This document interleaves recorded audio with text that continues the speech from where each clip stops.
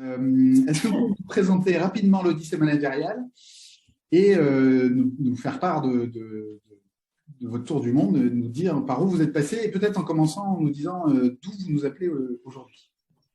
Tout à fait. D'abord, merci beaucoup Yael pour cette magnifique introduction. Bonjour à tous.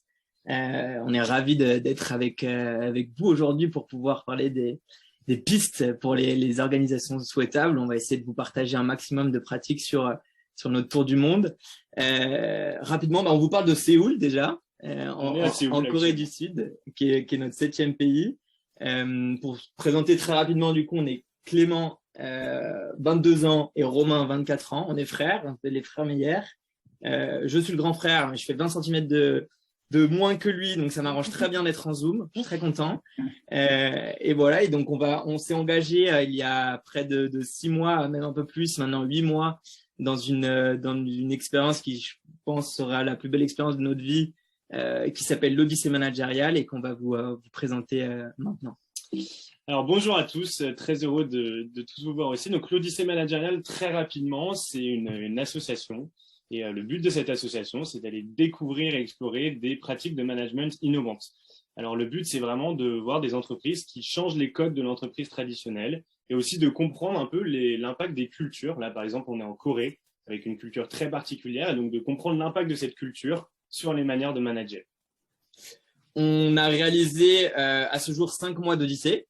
On a traversé 7 pays, on a rencontré à peu près 50 organisations. On ne se limite pas à des startups ou à des grands groupes. On va avoir aussi des hôpitaux, des écoles, même si la majorité reste quand même des entreprises. Et on a interviewé près de 200 collaborateurs. Voilà quelques photos de personnes qu'on a pu rencontrer dans tous les pays du monde. Donc vous avez ici des Colombiens, des Brésiliens. Enfin, c'est très varié, c'est vraiment toutes les nationalités. C'était important pour nous de vous montrer aussi ça. Et pour les pays, parce que vous vous demandez peut-être les pays qu'on a fait, on a commencé par la Norvège et l'Islande, donc une zone plutôt scandinave. Après, on est allé au Brésil, en Colombie, on est allé au Canada, aux États-Unis. Là, on est en Corée du Sud et on finira notre voyage par le Vietnam. Voilà pour notre présentation. Super, merci beaucoup pour ce tableau très clair de votre incroyable périple. J'ai envie de commencer ces échanges en vous demandant directement quelles sont pour vous les caractéristiques d'une organisation souhaitable. Quels sont les grands principes communs aux entreprises que vous avez visitées que vous pourriez nous partager dès maintenant? Alors, c'est une question qui est vraiment intéressante. On a vu plusieurs pistes et on a essayé de se poser la question, mais finalement, dans toutes ces cultures très différentes qu'on a vues, quels pouvaient être les besoins communs à tous les employés de tous les pays du monde, vraiment ce qui ressortait, ce qui convergeait et ce qui pouvait être souhaitable pour les employés du monde. Parce que finalement, c'est peut-être ça notre plus grande valeur sur ce projet. Et le premier point qui ressort énormément, c'est celui de la flexibilité. Il faut savoir qu'on est en ce moment, pour une entreprise souhaitable, en ce moment, on est en Corée du Sud. C'est une culture qui est très hiérarchique. Il y a encore beaucoup de command and control. Et donc, la question du télétravail, par exemple, est assez compliquée. C'est pas du tout commun d'avoir du télétravail. Et en parlant avec la jeune génération, en parlant aussi avec les parents, on s'est rendu compte que le besoin de flexibilité, il existait en Corée du Sud. Évidemment, c'est un sujet qu'on a entendu dans tous les pays. Alors, quand on parle de flexibilité, je pense que c'est important de distinguer, nous, ce qu'on a vu. On a vu une flexibilité géographique. C'est le fait, d'où est-ce que je travaille, et une flexibilité temporelle, comment j'organise ma journée de travail. Sur la flexibilité géographique, on a un mouvement qui commence à naître, là on l'a vu vraiment un peu dans tous les pays, c'est la possibilité de pouvoir travailler de n'importe où, de l'étranger. Et on a un exemple qui est assez drôle, c'est une entreprise Office Vibe au Canada qui a le droit à 150, chaque employé a le droit d'aller 150 jours par an travailler à l'étranger. Et ça s'explique notamment par le fait qu'il y a un hiver qui est très froid au Canada et qu'il y a des gens qui supportent mal ça. Et c'est vrai. Et donc, on est échappé. Mais on a commencé à voir ça un petit peu, cette flexibilité, cette question de la flexibilité géographique un peu partout. Évidemment, il y a la question du bureau et du télétravail. On pourra en parler un peu plus tard, si vous voulez, dans les questions. Sur l'organisation de la journée, donc la partie plutôt flexibilité temporelle, il y a quelque chose qu'on a découvert en Norvège et au Canada et qu'on voulait vous partager. C'est un changement d'état d'esprit entre une culture du résultat et une culture du présentéisme. En Norvège et au Canada, les gens sont axés sur le résultat. On a un temps donné et en ce temps donné, on doit atteindre un résultat et après, on organise son temps de travail comme on veut. On est hyper flexible. On l'a vu beaucoup en Norvège, on l'a vu au Canada et on l'a vu dans une entreprise qui s'appelle Creative Lab en Colombie, où en fait l'équipe se rejoint tous les lundis, tous les 15 jours, le lundi matin pendant 2 heures. Chaque personne va présenter ses objectifs de résultats pour les 15 jours à venir et après il est totalement libre d'organiser son temps de travail sur les 15 jours qui arrivent. Et c'est un exemple de flexibilité temporelle qu'on a pu voir. Et en tout cas, ce besoin de flexibilité, qu'il soit géographique ou temporel, on l'a vraiment vu partout et je pense que ça fera partie des entreprises souhaitables dans le futur. Et le deuxième point auquel on avait réfléchi avec Clément, c'est ce qui rend une entreprise souhaitable, c'est les entreprises qui arrivent à mettre en place une culture, on appelle avec un anglicisme une culture du care, mais en français qui serait traduite par une culture de soins, de reconnaissance des employés. Ce qui rend souhaitable une entreprise, c'est une entreprise, et en tout cas c'est ce qu'on a vu pendant ces 6 mois, qui va s'intéresser à moi, qui va me reconnaître en tant qu'élément le plus important de la structure dans toute sa complexité, qui va me faire évoluer en tant que personne et en tant que professionnel, et qui est, là je vais aller un peu loin sur un mot qu'on n'a pas trop l'habitude d'entendre en corporate, mais je vais quand même l'oser, qui est prêt à m'aimer. Et quand je parle d'entreprise ici, en fait, on parle de personnes. On parle de personnes derrière. Donc, c'est mes managers, c'est mes directeurs qui sont prêts à me faire évoluer, qui sont prêts à s'intéresser à moi, mais de manière très authentique, et qui sont prêts, oui, à me faire évoluer en tant que professionnel, en tant que personne, et à s'intéresser à moi. Ça passe par des discussions très authentiques, très vraies. On va aller chercher ce qui se passe, quelles sont les peurs du salarié, quelles sont ses envies d'évolution, quelles sont ses forces. Et ça passe par des discussions régulières, humaines. En réalité, il y a une phrase qui m'a marqué moi d'un directeur en Norvège qui avait dit "We are born to be close to people". Et en fait, je crois que cette phrase, elle s'applique aussi en entreprise. Il n'y a aucune loi qui stipule qu'on n'aurait pas le droit d'être proche en réalité de ses collaborateurs en entreprise. Un petit exemple peut-être pour illustrer tout ça. C'est une entreprise en Norvège qui s'appelle Miles, qui est la quintessence de l'innovation managériale qu'on a vu pendant notre odyssée, et qui fait une espèce de taking température tous les 4 mois. Ils font une espèce de QCM pour savoir comment vont leurs employés, en sachant comment se passe la mission. C'est un cabinet de conseil, donc comment se passe la mission, est-ce qu'ils sont épanouis, etc. Ils peuvent noter de 1 à 6. La petite particularité, c'est que c'est non anonymisé. Donc, les servant leaders, puisqu'ils ne s'appellent pas manager, ils s'appellent servant leaders, savent qui est malheureux ou qui est épanoui dans les missions. Et il est arrivé 4 fois que la servant leader, Kate, en réalité, à la vue d'un QCM qui s'était mal passé avec un salarié qui n'était pas visiblement épanoui dans sa mission, casse un contrat de 70 000 euros, 100 000 euros avec un client pour faire passer le besoin, le bien-être de son employé. Donc tout à l'heure, quand j'évoquais faire passer et reconnaître l'employé comme élément le plus important de la structure dans sa complexité, c'est pas des paroles en l'air, c'est-à-dire qu'on a des actions pour pouvoir le mettre en place. Là, c'est peut-être le paroxysme de tout ça, mais en tout cas, ça nous avait vraiment interloqué quand elle nous avait expliqué ça. On lui a redemandé 4 fois parce qu'on n'était pas bien sûr d'avoir compris quand même. C'est deux grandes pistes, en tout cas pour nous, sur les 6 mois. On en aura d'autres, mais on voulait vous expliquer ces 2 grandes priorités pour nous de pistes qui rendent l'entreprise souhaitable, et on pense pour la future génération et pour les prochaines années. D'après vous, qu'est-ce qu'il est nécessaire de mettre en œuvre en termes de cadre pour pouvoir rendre ça possible? Parce que c'est bien un sujet de fond. Une flexibilité 150 jours à l'étranger en télétravail complet, ça pose des questions sur le contrôle, la vérification, la confiance. Donc, qu'est-ce que vous pensez qu'il faut faire, ou que les entreprises peuvent faire pour devenir une organisation souhaitable, pour rendre ça réel et réaliste? Alors, en effet, il y a beaucoup de complexité autour de ça, même des limites, j'ai envie de dire. Sur le côté flexibilité, typiquement, le travail à l'étranger, ça pose la question des… il y a toute une question légale autour de ça. Il y a une question aussi d'assurance à l'étranger. Donc, on avait des entreprises qui commencent à mettre ça en place. Il y a un autre problème qu'on a vu sur la flexibilité et il y a quand même des limites. C'est la question de conserver une culture d'entreprise très forte. Et je pense que c'est la question qui est centrale autour de la flexibilité. Pour répondre à ça, on a vu des entreprises qui changent complètement l'espace de travail. Et pour moi, c'est une des manières de d'avoir une vraie flexibilité. Et c'est par exemple l'entreprise OnePoint qu'on a rencontrée au Canada et où le directeur nous racontait, il nous expliquait qu'il avait totalement repensé son espace de travail pour que ce soit non plus un lieu complètement de travail, mais que ce soit un lieu de formation, un lieu très attractif, avec des after-work qui sont organisés sur des sujets très particuliers, avec des lieux, enfin des activités qui vont être proposées un peu tous les jours sur le lieu de travail pour rendre le bureau beaucoup plus attractif. Et donc, il y a tout un changement aussi dans la manière de percevoir le lieu de travail. Ça peut être une des vraies complexités qu'on a vues et aussi une des réponses qu'on peut voir autour de la flexibilité.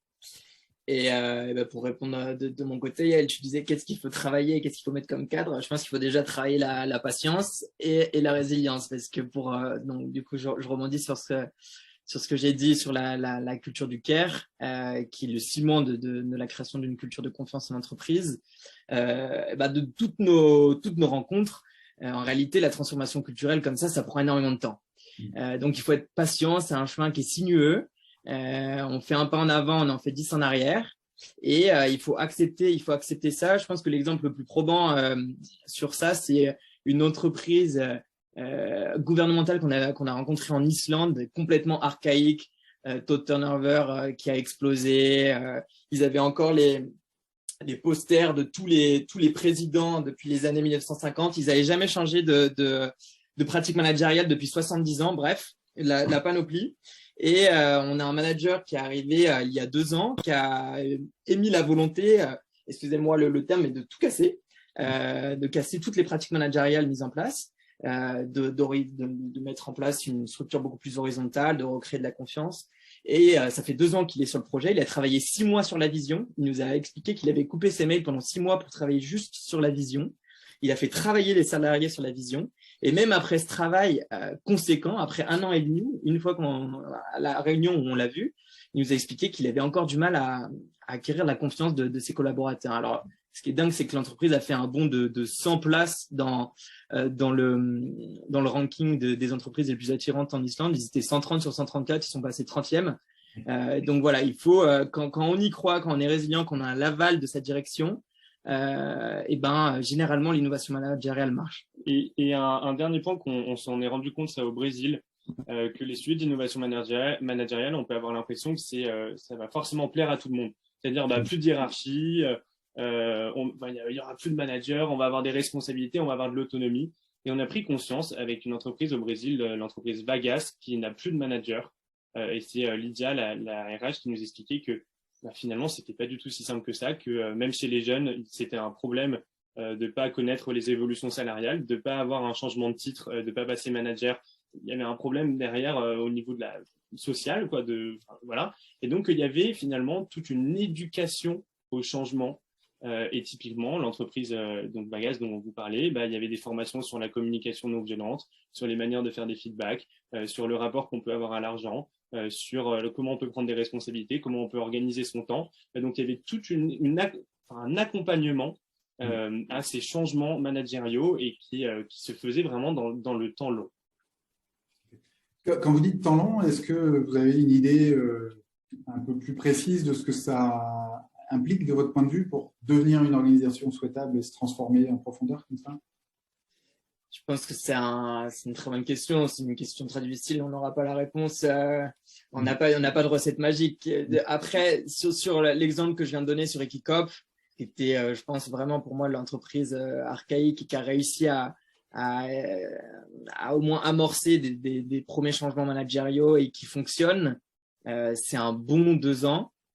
C'est un bon 2 ans et avec un travail par contre qui est quotidien, quoi. Le travail culturel et de transformation, c'est quotidien et ça se fait. On pourra vous donner plusieurs exemples par la suite de Miles qui est donc la quintessence de ce qu'on a vu en innovation managériale. C'est un travail qui se fait tous les jours et qui est très important.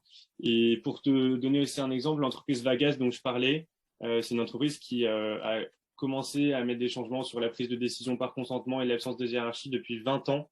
Et elle nous expliquait que ils étaient encore, avec le Covid, ça avait encore changé, qu'il y avait des nouvelles règles, que c'était en constante évolution. Donc, je pense que c'est un travail de toute façon du quotidien et un travail de très long terme, mais qui paye. Mais ce qui est très intéressant, c'est que d'ailleurs, ces entreprises n'ont pas peur d'échouer. Vagas nous l'a dit plusieurs fois, qu'ils l'annoncent sur le fait qu'ils savent très bien qu'ils vont tester des choses qui vont échouer. et ils y vont. Et voilà, et on test and learn, on regarde ce qui marche pas. Mais la régularité de la transformation culturelle est très importante. Super. Est-ce qu'il y a des questions qu'on peut peut-être poser tout de suite ou On peut, oui. Il y a une première question de Elsa qui s'interrogeait sur le choix des pays que vous avez traversés. Et pourquoi finalement vous n'êtes pas resté un peu en Europe? Et ben alors là, on a deux histoires. La première histoire, on s'est vraiment mis devant une carte et on a dit là. Puis après, on a eu nos partenaires, on a un peu plus réfléchi. Non, mais on voulait plusieurs zones. Une zone nordique. En réalité, on l'a pas évoqué tout à l'heure, mais l'association l'Odyssée Managériale a été créée il y a 2 ans par Thibaut et Romain, qui était le premier duo. On a été sélectionné avec Clément. Thibaut et Romain avaient déjà fait un certain nombre de pays, donc on a évité de faire les mêmes. Donc Norvège, Islande, on savait qu'on allait trouver des choses intéressantes dans les pays nordiques. Brésil, c'est un terreau d'innovation en termes de management fantastique. On a vu, je pense, c'est le pays où on a vu le plus d'innovation managériale. Ou des systèmes de gouvernance vraiment innovants. Exactement. Colombie, c'était un pari et on est très satisfait d'y être allé parce qu'on a vu une résilience et des pratiques que je pense qu'on n'aurait pas vu ailleurs. C'était passionnant. États-Unis, Canada, c'était un peu un must-have sur l'innovation managériale. Et petite surprise, c'est les États-Unis qui nous ont peut-être le moins passionnés de toutes nos tours du monde, alors que c'est là où on avait le plus de contacts. Comme quoi. Et puis la partie asiatique où on voulait prendre notre petite claque culturelle qu'on prend actuellement en Corée du Sud et je pense qu'on va prendre aussi au Vietnam, où on voulait être bousculé dans tout notre cadre ethnocentré français et occidental, et je crois que c'est en train d'agir. Eh bien, très bien. Le plan se déroule sans accroc, si je comprends bien. Exactement. Super. J'espère que ça répond à la question d'Elsa. Parfait. On reprendra un certain nombre de questions un peu plus tard. Peut-être est-ce que vous pourriez nous partager, pour rentrer un peu plus dans des exemples, des pratiques qui vous ont particulièrement marqué, des choses qui sont vraiment à la frontière du connu, des choses inédites ou qui poussent très loin l'expérimentation? Je peux commencer. On en a une. Alors, je reste sur la même entreprise. Je suis désolé. Alors, c'est vrai qu'on a rencontré une entreprise, Miles, en Norvège, et toutes les pratiques qui nous communiquaient, c'était assez hallucinant. Donc, on a une quinzaine de pratiques sur eux. Donc, j'en ai choisi une. Ça s'appelle le 10 Reference Check. Donc, c'est une pratique de recrutement. Ils font un premier round d'entretien très classique de fit, de culture. Deuxième entretien très classique technique. Et par contre, c'est leur troisième round d'entretien qui est très différent. Ils demandent au second entretien, à la fin du second entretien, aux candidats d'ériger une liste de 10 personnes qui peuvent être le petit copain, petite copine, papa, maman, professeur des écoles, entraîneur, etc., amis. Bref, n'importe qui, que Miles va appeler pendant 1 heure. Ils vont appeler ces 10 personnes pour essayer d'appréhender un peu plus la culture, n'importe quoi, la personnalité du candidat. Donc, ça prend plus de temps. C'est assez chronophage. Mais en fait, tout à l'heure, on parlait de cette culture du care, du travail quotidien, de la transformation culturelle et de la mise en place d'une culture forte. Ça en fait partie. Et ils arrivent à des résultats superbes. Participer à la création de confiance aussi. C'est ça, exactement. Une deuxième pratique qui nous a marqué, on parlait tout à l'heure peut-être de l'importance de l'éducation et aussi d'organiser la flexibilité. Là, on parle d'une entreprise au Canada qui s'appelle Office Vibe. C'est une entreprise qui est en 100% remote, donc il n'y a plus de bureau. Et pour faire des feedbacks, ils ont donc tout un processus de formation sur la communication non violente. Donc, je pense que la plupart des personnes sont familières à cette notion de communication non violente, mais donc il y a l'observation des faits, reconnaître ses sentiments. Après, il y a la phase du besoin et on formule une demande. Et en fait, pour garder cette logique de communication non violente, à travers une organisation qui est, c'est via Slack, du coup, ils communiquent tous via Slack. Ils ont créé un bot, une chaîne Slack, qui force les personnes à réaliser des feedbacks en respectant les étapes de la communication non violente. Et on a trouvé ça juste génial parce que premièrement, ça permet d'avoir le côté éducatif. À chaque fois, il réexplique l'avantage de ces étapes, pourquoi on va prendre ces 4 étapes, qu'est-ce que ça va permettre. Forcément, ça permet des retours qui sont plus construits, qui sont moins fondés sur le côté subjectif et l'émotion, qui vont ça va être beaucoup plus objectif et ça fonctionne. Et donc, les personnes vont pouvoir suivre ces 4 étapes via Slack et faire des retours assez construits. Et c'est une pratique, en tout cas, moi, qui m'a impressionné. Troisième, on peut t'en dire une troisième pratique. Je reste sur la même entreprise, Office Vibe, qui est donc un logiciel qui permet de donner des feedbacks en fait enfin non, c'est pas quotidiennement, c'est de manière hebdomadaire, c'est-à-dire que les employés reçoivent 5 questions et ils font ça de manière continue, et le manager reçoit les feedbacks de ses employés. Et ils ont créé à la fin de la 5e question une nouvelle pratique qui s'appelle Good Vibes. Ça partait du principe, la directrice a pensé qu'il manquait beaucoup de reconnaissance depuis le Covid entre les employés et entre managers et employés. On manquait de reconnaissance envers les uns et les autres et de feedback positif. Et donc, ils ont créé ce qu'ils appellent Good Vibes. Donc, ils envoient des cartes comme ça. Vous êtes sur l'écran, vous avez 6 cartes qui s'approchent de vous. Avec des petites écritures comme quel est ton rayon de soleil de la semaine, qui est l'employé qui t'inspire le plus, qui t'a plus aidé aujourd'hui, qui est très performant sur sa mission, etc. Plein de petites phrases très positives comme ça. Et après, l'employé peut décider d'envoyer cette carte soit à son manager, soit à un autre employé de son choix. Et cet employé qui va recevoir la carte, la Good Vibe, non seulement il a un tableau de bord avec toutes les Good Vibes qu'il aura reçues de la semaine et depuis son année, plus il va recevoir une notification qu'un autre employé lui a envoyé une Good Vibe. Et la chose qui est très intéressante, je trouve, c'est qu'on n'a pas toujours l'habitude, le manager n'est pas toujours au courant des reconnaissances qui sont faites entre salariés. Et là, le manager reçoit une notification qu'une Good Vibe a été envoyée entre 2 salariés. Et il va pouvoir savoir que, par exemple, Romain a dit à Clément que c'était un frère très gentil, etc. Et donc, mon manager, qui sera Yael, pour l'exemple, va recevoir la carte que j'ai dit à mon frère qui était très gentil. Bon, vous l'avez compris, sur le système professionnel, ça sera des phrases différentes, mais on a trouvé ça très intéressant. Et une toute dernière pratique qui va aussi dans cette culture du care, prendre soin de ses employés. On a l'entreprise Solon qu'on a rencontrée qui a mis en place un guide de prévention de l'épuisement professionnel. La question du burn-out, c'est une question on en a entendu parler énormément et en fait, il y a très peu d'entreprises qui ont mis en place des choses autour de ça.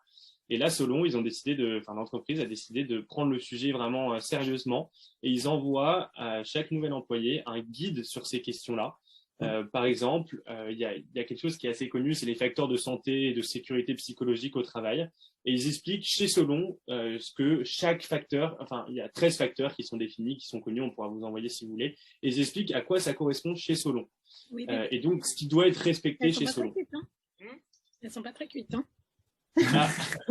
Je crois qu'il y a Marie. Ah non, je crois qu'il y a quelqu'un qui a son micro ouvert.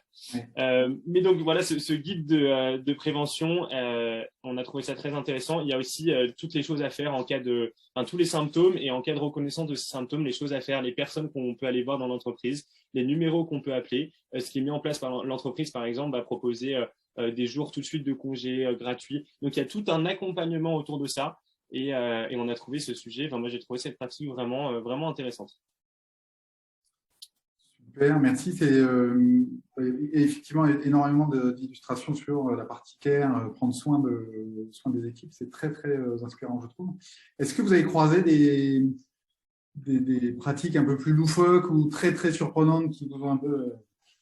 Bien sûr, on en a plein. On va repartager rapidement notre écran pour vous montrer une image quand même de ces pratiques-là, parce qu'on a eu des pratiques assez drôles. Ça, c'est la beauté du tour du monde, hein.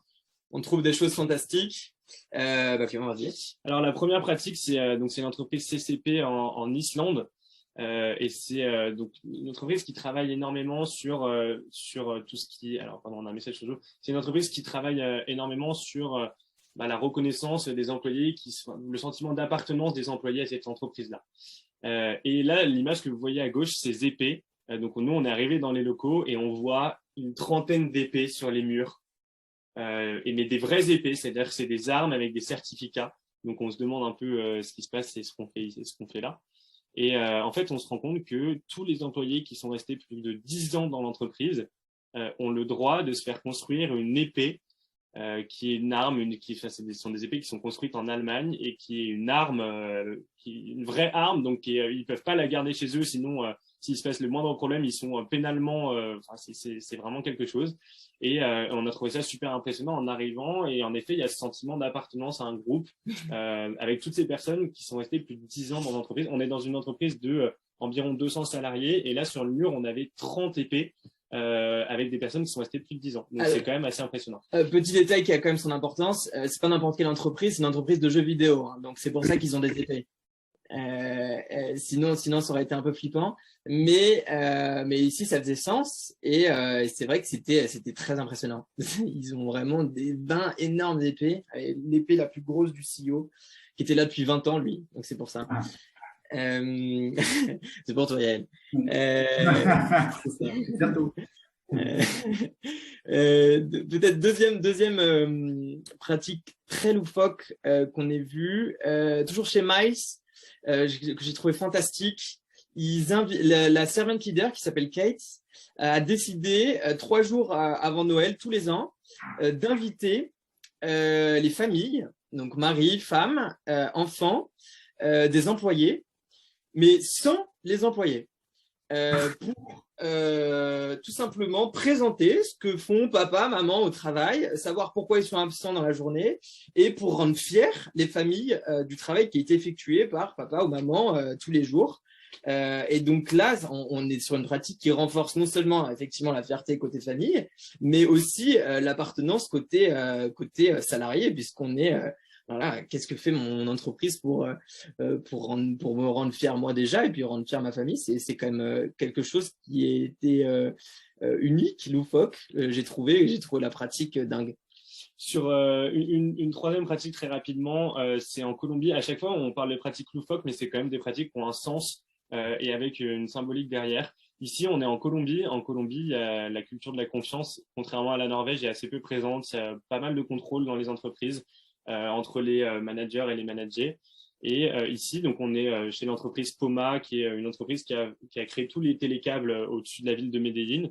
Et à l'entrée, on trouve cette tienda, donc cette boutique avec des barres chocolatées. Et on se demande un peu ce que c'est, ça nous intrigue.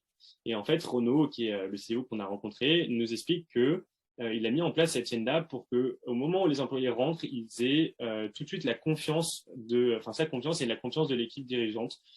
Si vous voulez, personne ne contrôle cette boutique. Il y a un prix sur chaque barre chocolatée, sur les paquets de chips, et c'est aux personnes de mettre le bon prix, le juste prix, et personne ne contrôle. Et c'est une pratique qui peut paraître totalement anodine, mais en même temps qui est un premier signal de confiance. On fait confiance totalement aux employés. Et c'est pour ça que je trouvais cette pratique assez loufoque, parce qu'en rentrant, on était étonné de voir cette boutique-là, mais assez parlante finalement, avec une vraie symbolique derrière. Et peut-être dernière pratique au Brésil, dans une entreprise qui s'appelle K21, et qui est donc une pratique de feedback qui s'appelle le Merit Money, qui a été mise en place par une personne qu'on a rencontrée qui s'appelle Lula.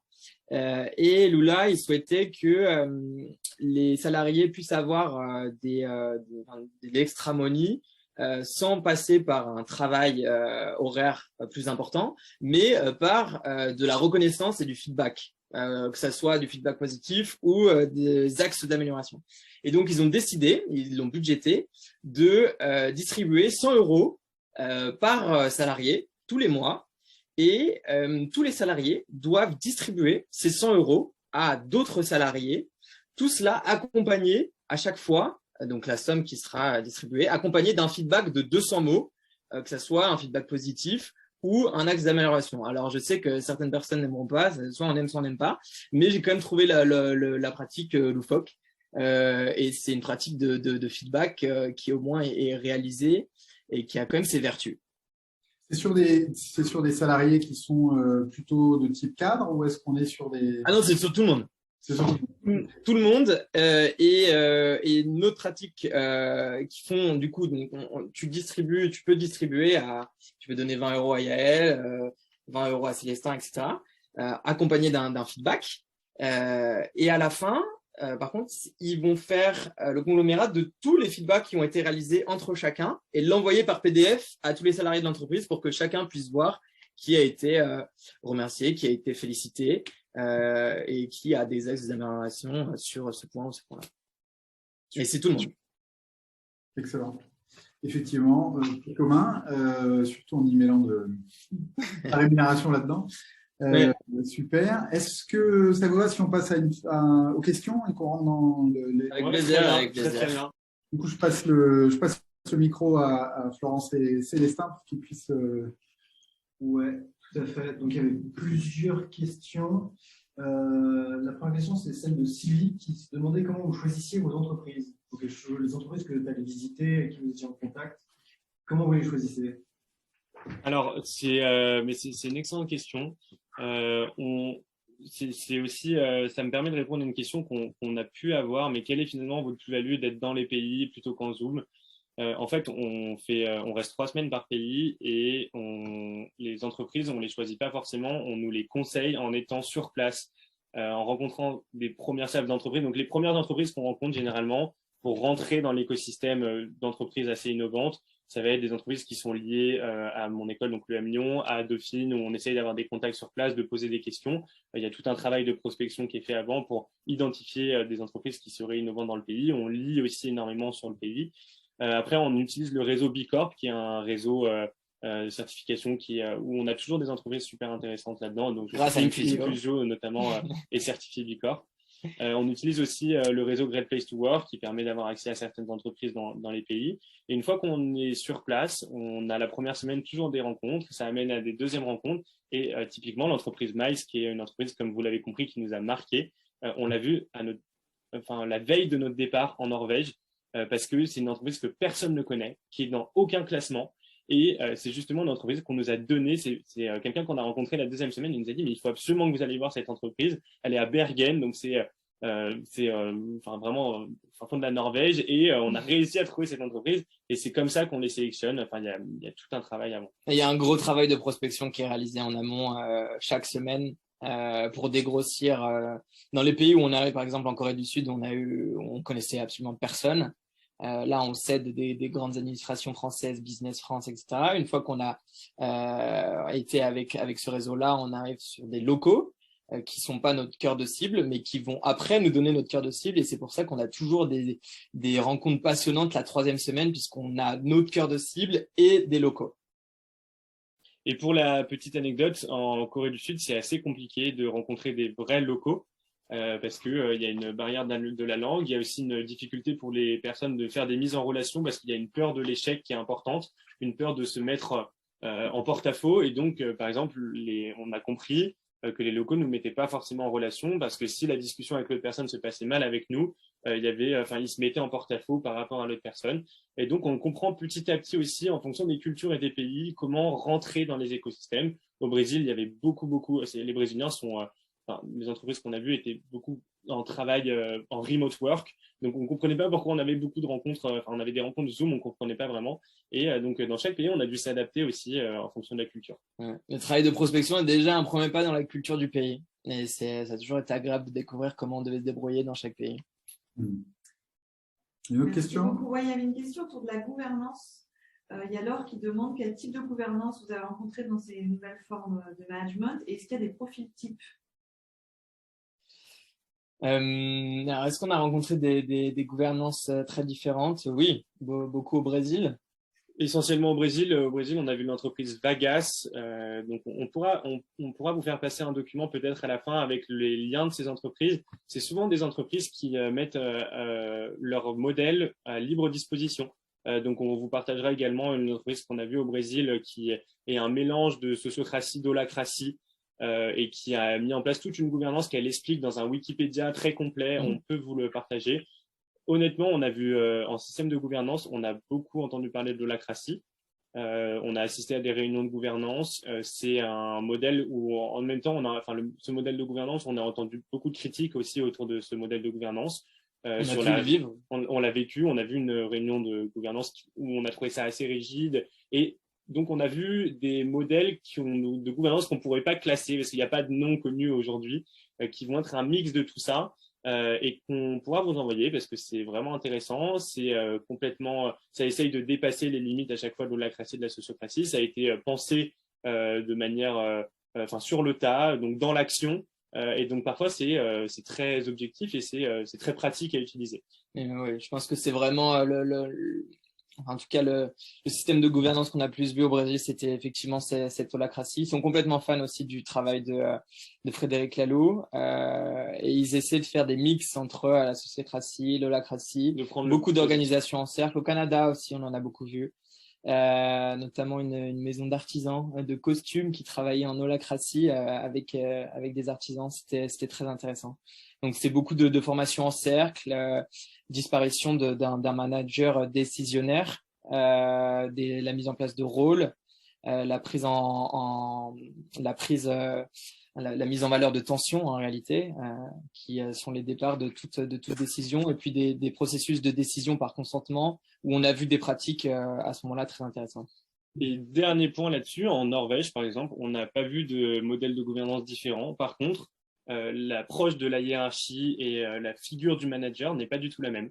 C'est-à-dire que le manager, c'est pas le sauveur, c'est pas celui qui doit absolument trouver la solution. Il ou elle va être ici pour coordonner les équipes, pour faire en sorte que chacun réussisse son travail, se progresse professionnellement, personnellement. Mais on se dirige pas vers cette personne-là au moment de trouver une solution. C'est l'intelligence collective qui prend la décision. On n'est pas du tout dans des modèles de gouvernance différents, mais dans un état d'esprit qui n'est pas le même. Est-ce que ça répond bien à la question? Je pense. N'hésitez pas, hein, on peut apporter des précisions si jamais. Laure va nous dire dans le chat s'il y a besoin. Il y avait une autre question également, qui était une question de Elsa Nemo, qui se demandait si vous aviez eu l'occasion en fait, d'interroger également des étudiants, et peut-être de voir un petit peu plus ce qui se disait dans les universités, etc., par rapport à ces différents modèles, quelles étaient leurs perceptions aussi. On a eu beaucoup de chance, tout à fait. On a eu beaucoup de chance puisqu'on est même intervenu, on a été invité par l'université de Reykjavik pour faire une conférence et présenter le projet à presque 50 étudiants islandais. Donc ça a été très intéressant, on a eu beaucoup de questions. Et effectivement, je pense on s'est à chaque fois reposé pas seulement sur la vie des salariés. Pour appréhender la culture, c'était nécessaire. Ça s'est beaucoup passé dans des moments informels dans les auberges de jeunesse pour comprendre la culture. Là, c'est ce qui arrive beaucoup en Corée du Sud. Comme c'est très difficile d'aller voir des professionnels coréens, et ben on se sert de la jeunesse et on essaie d'aller parler, communiquer avec des gens de notre âge, des étudiants, pour comprendre qu'est-ce qu'il en est de la culture locale, effectivement, et de leurs aspirations pour les entreprises et pour le futur. C'est notamment très important là pour la Corée du Sud, donc on veut savoir si la nouvelle génération veut continuer à fonctionner, à évoluer dans un système très hiérarchique, encore très militaire, et on a plusieurs réponses très intéressantes à chaque fois. Et par exemple sur la Norvège, donc on a rencontré des étudiants norvégiens. Et dans la manière de se présenter, les étudiants norvégiens, ils parlent d'abord de ce qu'ils sont personnellement. C'est-à-dire, je suis passionné de ça, je fais du sport, j'ai une famille, avant de se présenter via leurs études. Et en fait, ça en dit long sur la culture qu'on a retrouvée et l'équilibre entre la vie professionnelle et personnelle. Donc, c'est un exemple que j'aime bien citer. Et on a pu rencontrer des étudiants, en effet, à chaque fois. Et on parle beaucoup aussi avec des étudiants en France, parce que donc moi, je suis encore dans mes études, donc je vois autour de moi aussi ce qui se passe. Et c'est vraiment un de nos objectifs dans l'Odyssée managériale, de pouvoir aussi transmettre ce qu'on a vu, les cultures qu'on a vues et les innovations qu'on a vues à des étudiants. Et c'est pour ça qu'on va faire des conférences à Dauphine, dans des universités et aussi à l'EM. Une autre question? Ouais, j'ai une dernière question dans le chat de Brigitte qui demande: avez-vous pu visiter une entreprise française qui s'est inspirée des influences managériales du pays dans lequel elle s'est implantée? Alors, oui. Alors, plus que inspiré, on en a une qui a dû s'adapter, qu'on a rencontrée la semaine passée. C'est Decathlon en Corée du Sud. Parce que donc Decathlon avec un management qui est très vertueux en France, ça marche très bien dans le monde. Et ben tout ce qu'on connaît chez nous en termes d'horizontalité, de suppression d'hiérarchie. Comme vous l'avez peut-être compris, en Corée du Sud, ça ne marche pas. Et donc Decathlon a dû s'adapter en réalité parce qu'ils ont voulu adapter, ils ont voulu importer le modèle qu'on connaît en France, mais qui ne marchait pas ici en Corée du Sud, et donc ils ont dû s'adapter à la culture de travail coréenne. Donc c'est-à-dire replacer des titres, parce qu'en Corée du Sud, on appelle encore les managers, les stagiaires, les alternants, les directeurs par des titres. On dit pas Monsieur Meyer ou quoi que ce soit, on dit manager, directeur, même par mail. Donc on a la hiérarchie extrêmement importante pour la visibilité extérieure. Ils ont dû replacer donc une hiérarchie très importante. Qu'est-ce qu'ils ont dû faire d'autre? Il nous a expliqué quoi?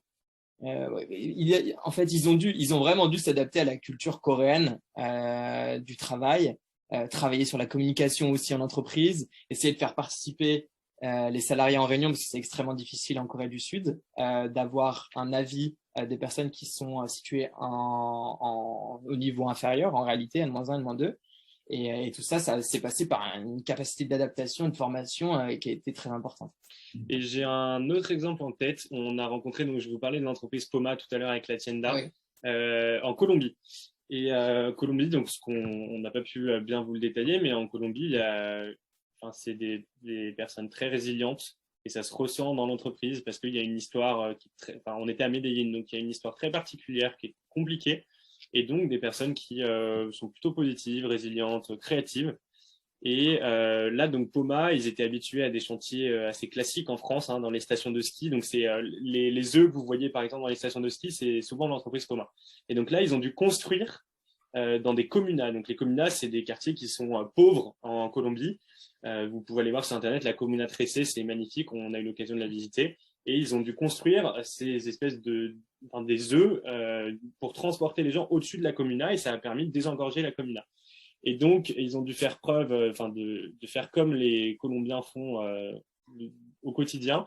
Ils ont dû s'adapter à un nouvel espace, être hyper créatifs parce que il y a eu des gros problèmes avec les locaux. Donc, il a fallu, par exemple, être innovant dans les manières de présenter le projet aux locaux, d'avoir toute une partie d'éducation, pédagogique, toute une partie pédagogique, et donc beaucoup de créativité, beaucoup de résilience parce qu'il y a encore de la corruption dans le pays. Donc, il y a eu des problèmes ils devaient encore payer des barrages au moment de rentrer, des barrages d'enfants au moment de rentrer dans la comuna. Donc, ils ont dû être hyper résilients par rapport à ça, très patients. Je pense que c'est un bon exemple d'une entreprise française qui a dû s'adapter à la culture managériale du pays. Donc, plus l'influence, pour l'instant, on est capable de donner des exemples où l'entreprise a dû s'adapter. Je pense que influencer, ça aurait été en Norvège. On n'a pas vu tant d'entreprises françaises en Norvège. On y réfléchira. Pour l'instant, c'est plus de l'adaptation, plus que de l'influence en réalité. Peut-être avant qu'on conclue, puisque le temps file, c'est passionnant, peut-être une dernière question, peut-être à l'oral d'un des participants. C'est le moment, si vous avez une question brûlante là, qui vous travaille, c'est le moment de lever la main ou de prendre la parole pour la poser directement en ouvrant votre micro. Si vous le souhaitez. On n'est pas méchants, on est très gentils.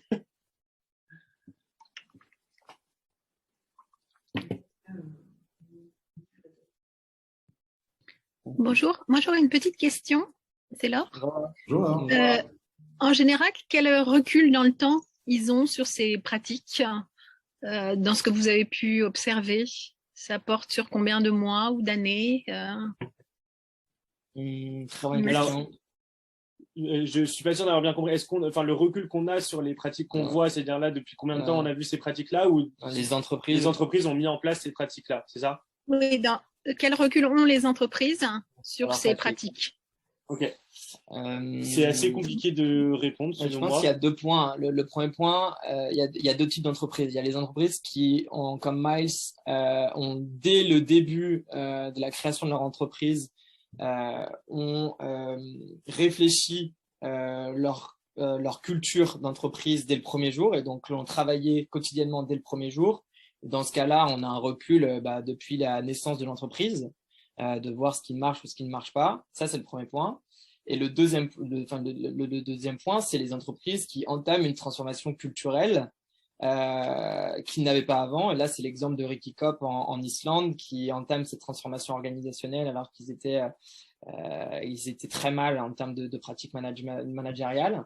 Et là, on a un recul je disais tout à l'heure, de 2 ans. Je pense qu'une pratique de management, c'est extrêmement difficile de dire si ça marche ou marche pas en 1 mois, 2 mois, 3 mois. Je pense qu'on se rend très vite compte des feedbacks, à travers des feedbacks de ses salariés, si ça va marcher ou non.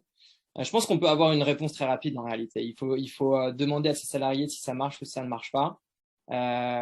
Et ça peut être rapide à mon avis. Ouais, mais oui, c'est assez compliqué de dire le nombre d'années sur les pratiques. Ça dépend vraiment on a vu un peu plus de 50 entreprises, donc ça dépend aussi des entreprises qu'on a pu voir. Mais on regardait certaines métriques, comme par exemple le taux de turnover. C'était un moyen pour nous de savoir. L'entreprise Miles dont vous parle depuis tout à l'heure, c'est une entreprise qui a eu un taux de turnover assez faible, autour de 5%, alors que c'est un milieu qui est très concurrentiel. C'est un cabinet de conseil en IT. Où les personnes reçoivent des demandes en permanence. Donc, on regardait aussi ces métriques-là de taux de turnover, d'expérience des personnes dans l'entreprise, depuis combien de temps ils étaient restés dans l'entreprise. Et on se rend un peu compte aussi, au fur et à mesure des échanges, si les pratiques sont complètement fausses ou, entre guillemets, excusez-moi du terme, mais un peu bullshit, on met des grandes valeurs sur les murs, ou alors est-ce que c'est des pratiques vraiment qui sont vécues intérieurement. Et là, la grande plus-value qu'on pouvait avoir aussi, c'est de parler à des managers, évidemment, mais aussi à des employés qui vivaient concrètement sur le terrain ces choses-là. Et c'est là où, par exemple, avoir des jeunes stagiaires, c'est intéressant parce qu'ils ont la parole qui est beaucoup plus libérée, disons. Je ne sais pas si Laure, ça répond à votre question. Si, oui, merci beaucoup. Merci pour votre question. Une dernière question avant de conclure. Ouais. Aude qui s'est demandé pourquoi finalement vous n'êtes pas allé explorer aussi le continent africain. Bon, en conséquence, c'est large, hein. C'est différents pays, différentes cultures, etc. Et du nord au sud, ça peut être totalement différent. Mais pourquoi ne pas avoir fait un passage par ce continent? C'est mon grand regret, moi. On a eu une grosse discussion pour savoir si on faisait l'Asie ou l'Afrique. Et en réalité, l'Afrique a été fait. D'ailleurs, c'est pas l'Afrique, c'est le Sénégal et la Côte d'Ivoire qui ont été faits par Thibaut et Romain l'année passée et qui n'avaient pas pu faire la partie asiatique. Et donc, on a décidé de changer cette année et d'aller sur la partie asiatique. C'est une des nouveautés de l'Odyssée managériale cette année. Voilà pourquoi on n'a pas choisi l'Afrique. Mais sinon, Thibaut et Romain ont écrit un très bel article sur l'Odyssée managériale et des découvertes qu'ils ont fait en Afrique. Donc, on pourra vous le transmettre. Et après, moi, j'ai un avis, mais tu fais... C'est juste Thibaut et Romain, donc c'est ceux qui ont créé l'association de l'Odyssée managériale l'année dernière. Nous, on est le 2e duo à partir. Et donc, eux, ils avaient fait le continent africain l'année dernière et on a dû faire un choix. Donc, c'est vrai qu'il y a des zones très différentes. On est obligé de faire des choix chaque année. Et on partagera toutes les personnes inscrites, à la fois la vidéo, mais aussi les liens vers les articles, peut-être la liste aussi des entreprises que vous avez mentionné un certain nombre d'entreprises et les noms ne sont pas toujours très faciles à suivre. Donc, pas de souci. Voilà, on verra ça de façon claire à tout le monde. Et bien du coup, pour conclure, parce qu'il nous reste 5 minutes, et puis pour reboucler sur l'organisation souhaitable, est-ce que vous pourriez, à l'aune de vos... vous êtes quoi, 80% du voyage, puisqu'il vous reste un mois, un pays. Qu'est-ce que ce serait pour vous aujourd'hui votre organisation souhaitable et est-ce qu'elle existe déjà? Est-ce que vous l'avez déjà rencontrée? C'est une excellente question. On se l'est posée et c'est pas évident. Tout à l'heure, ce qu'on vous a dit, c'est vraiment sur la flexibilité, la culture d'écart, c'est ce qu'on a retrouvé dans tous les pays. Donc, c'est pas notre réponse personnelle. Moi, si je devais ajouter un aspect un peu plus personnel à ça, évidemment, tout ce qui est mettre l'humain au centre de l'entreprise, ça me paraît essentiel aujourd'hui et très souhaitable. Moi, c'est vraiment la question de comment je peux me développer en tant que personne et en tant que professionnel. Et je pense que tout ça, ça va avec...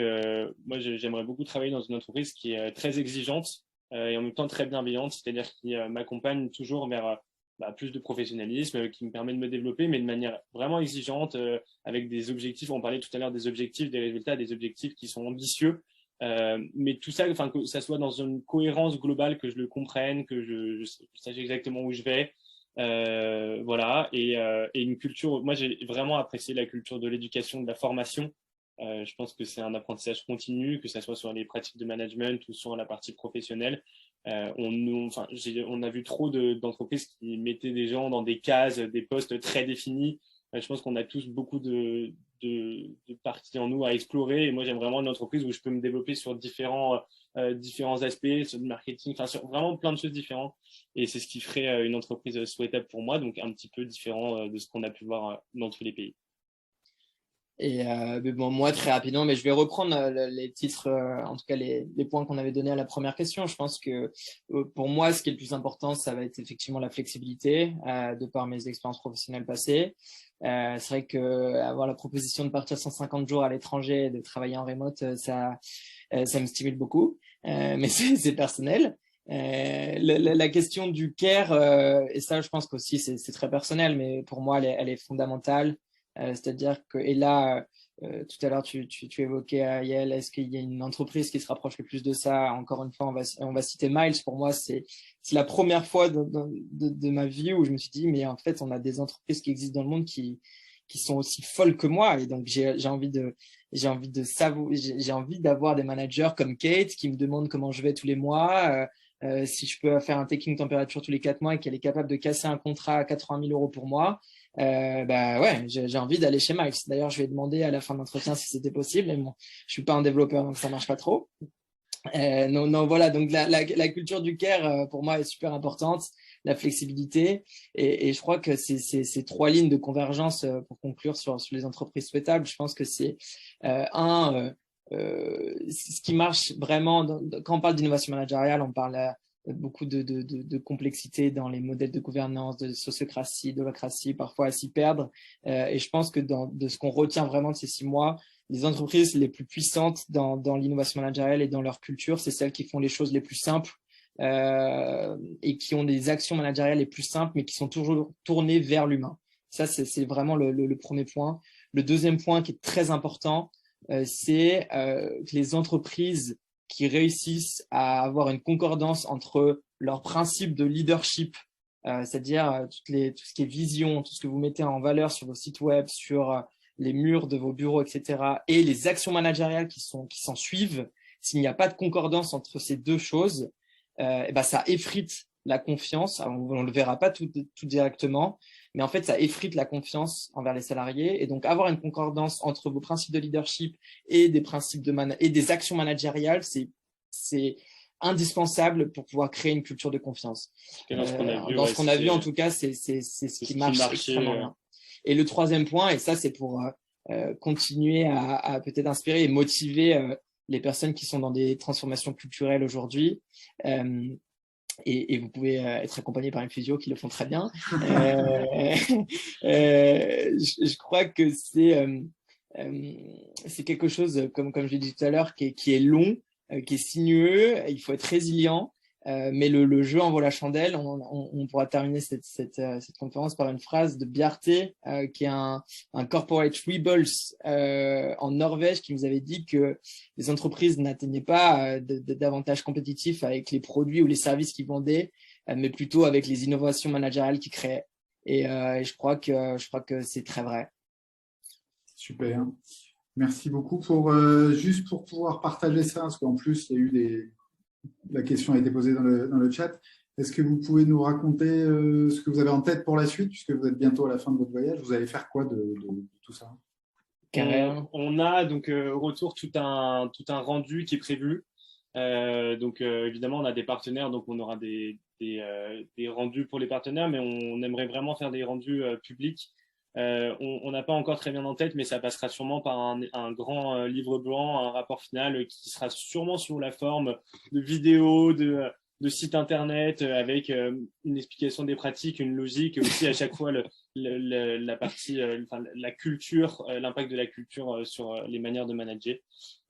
Et après ça, évidemment, Romain va commencer peut-être un CDI. Non, peut-être pas tout de suite. Non, mais on a vu des choses passionnantes. C'est l'avantage de voir autant d'entreprises. On a été passionnés par la question de l'éducation. On est persuadé qu'il y a beaucoup de choses à changer, que toutes ces choses-là, ça vient souvent aussi, on en parlait, hein, d'éducation, de formation. Donc pourquoi pas lancer une école, voir des choses nouvelles là-dessus. Évidemment, moi, ça me tiendra personnellement énormément à cœur de continuer sur ces questions de management. D'abord dans l'école dans laquelle je suis à l'EM Lyon, parce que je pense qu'il y a beaucoup de mentalités à changer, et après à plus grande échelle si possible. Oui, je crois que le plus important, c'est et je pense que notre volonté profonde, c'est de continuer à transmettre tout ce qu'on a appris. Ce serait tellement égoïste de ne pas partager tout ce qu'on a vu. Et puis on en a envie, surtout, on en a envie. Donc faire des conférences, diffuser au maximum ce qu'on a appris pendant cette odyssée, c'est notre priorité numéro 1.